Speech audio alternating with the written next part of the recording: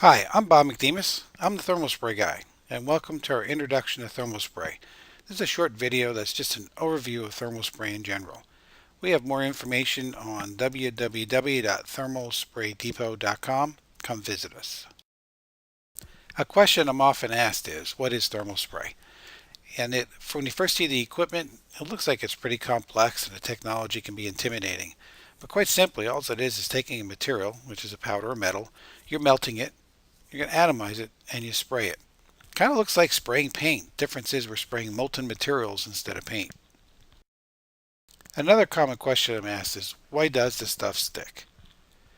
Well, we have a molten droplet of material. And this material is a metal, an alloy, ceramic, carbide, or some other organic material. The organic materials might be things like plastics or nylon, Teflon, those kinds of things.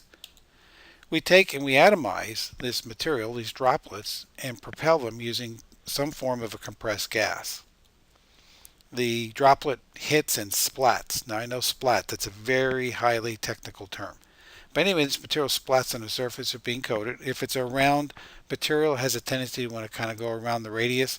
If it's a flat material, it just kind of flattens out. And the material sticks because of a mechanical bond on the surface being sprayed. That kind of happens with paint too. People, often wonder, well, why does paint stick to a material when you spray it on there? Well, it's also a mechanical bond. Thermal spray processes all have three components. You need an energy source, you need a material, the source of material, and you need atomizing gases. The energy source comes from combustible gases, such as acetylene or propane, some other gases like that, and you're going to combine that gas with oxygen, and with the flame, those two combine and they create heat, and they also create accelerated gases. Another way you can generate the energy is through arc. Very similar to welding.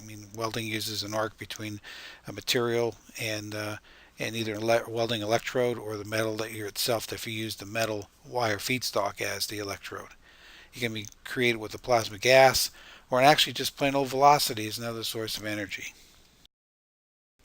You need a source of material. And the material comes from one of three places with sources. It's either a powder, or it's a wire, or it's a wire filled with a powder. We call that a cored wire. And that's pretty much it. It's one of those three. Now, sometimes we have something called a rod, but that really is essentially still a wire. What do we use for atomizing gas? Well, oftentimes it's just compressed air.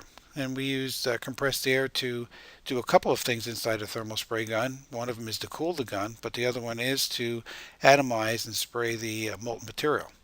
Sometimes we use specialized gases, inert gases, if you don't want to have low oxidation, etc. And also, the atomizing gas actually might be a byproduct of the combustion. In HVOF, we have the combustion occurring inside the gun, and those expanding gases help to atomize and accelerate the molten particles. Thermal spray has various names, and it's picked up various names over the years. Metallizing is one that was often used. Also spray welding. And that's where people get confused sometimes. They think that thermal spray is welding, and I have a little slide later we'll talk about that a little bit, comparing the two. Often called plasma spray.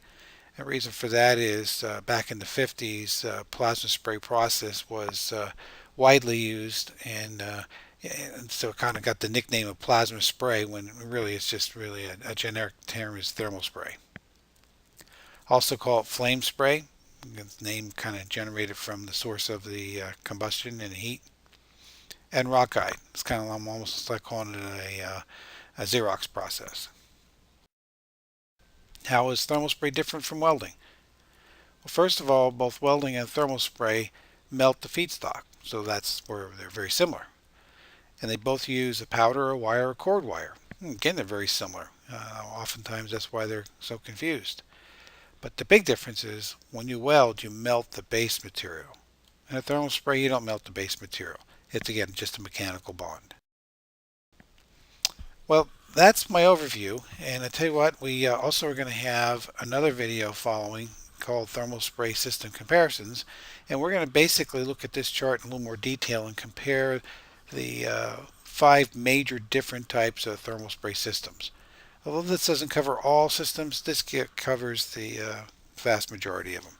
Thanks for joining us, and again, I invite you to take a look at our other videos, and the thermal spray system comparisons would be the next one I'd suggest. Have a great day.